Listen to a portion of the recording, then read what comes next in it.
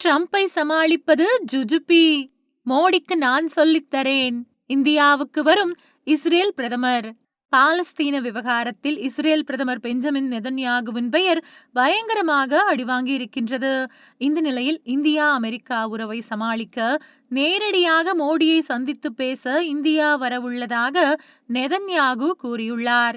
Netanyahu மேலும் கூறியதாவது: பிரதமர் மோடியும் ட்ரம்பும் எனக்கு மிகச்சிறந்த நண்பர்கள். ட்ரம்பை கையாள்வது குறித்து பிரதமர் மோடிக்கு சில ஆலோசனைகளை தனிப்பட்ட முறையில் வழங்க இருக்கிறேன். இதற்காக நான் இந்தியாவிற்கு விரைவில் செல்ல இருக்கிறேன் என்று கூறியுள்ளார். அமெரிக்கா இந்தியா உறவின் அடிப்படையை மிகவும் உறுதியானது என்று புகழ்ந்த நெதன்யாகு இரு நாடுகளும் வரி பிரச்சனையை தீர்க்க வேண்டும் என்றும் வலியுறுத்தினார். உறவின் அடிப்படை மிகவும் உறுதியானது. வரி பிரச்சனைக்கு ஒரு பொதுவான தீர்வை எட்டுவது இந்தியா மற்றும் அமெரிக்காவின் நலன்களுக்கு நல்லது. இந்த தீர்வு இஸ்ரேலுக்கும் நல்லது, ஏனெனில் இரு நாடுகளும் எங்கள் நண்பர்கள் என்று அவர் குறிப்பிட்டார்.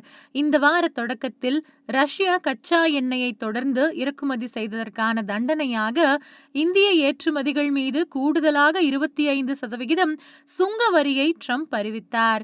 இதனால் இந்திய பொருட்கள் மீதான சுங்கவரி 50% உயர்ந்தது.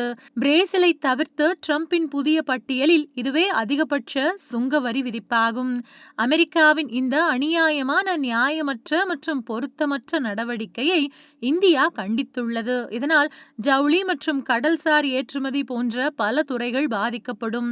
பிரதமர் நரேந்திர மோடி இதுகுறித்து பேசுகையில், இந்தியா தனது விவசாயிகள் மற்றும் மீனவர்களின் நலன்களில் ஒருபோதும் சமரசம் செய்யாது என்று உறுதியாக கூறினார். அமெரிக்காவை எதிர்ப்பதால் அதற்கான விலை கொடுக்க நேரிடும் என்று தெரிந்திருந்தும் விவசாயிகளுக்காக அதை செய்ய தயாராக இருப்பதாகவும் அவர் கூறினார்.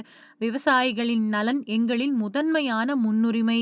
இந்தியா தனது விவசாயிகள், கால்நடை வளர்ப்போர் மற்றும் மீனவர்களின் நலன்களில் ஒருபோதும் சமரசம் செய்யாது. இதற்காக நான் தனிப்பட்ட முறையில் பெரிய விலை கொடுக்க நேரிடும் என்று எனக்கு தெரியும். ஆனால் நான் அதற்கு தயார். நாட்டின் விவசாயிகள், மீனவர்கள் மற்றும் கால்நடை வளர்ப்போரின் நலனை பாதுகாக்க இந்தியா தயாராக உள்ளது என்று பிரதமர் மோடி தெரிவித்தார். சர்வதேச அளவில் நெதன்யாகு மீது பல குற்றச்சாட்டுகள் இருக்கின்றன. சர்வதேச நீதிமன்றம் அவருக்கு எதிராக கைது உத்தரவை பிறப்பித்திருக்கின்றது. இது மட்டுமல்லாது நாடாளுமன்ற எதிர்க்கட்சிகள் மத்திய அரசு பாலஸ்தீன ஆதரவு நிலைப்பாட்டை எடுக்க வேண்டும் என்று வலியுறுத்தி வருகிறது. இப்படி இருக்கையில் இந்தியாவிற்கு நெதன்யாகு வருவதாக கூறியிருப்பது அரசியல் தளத்தில் கவனம் பெற்றிருக்கிறது.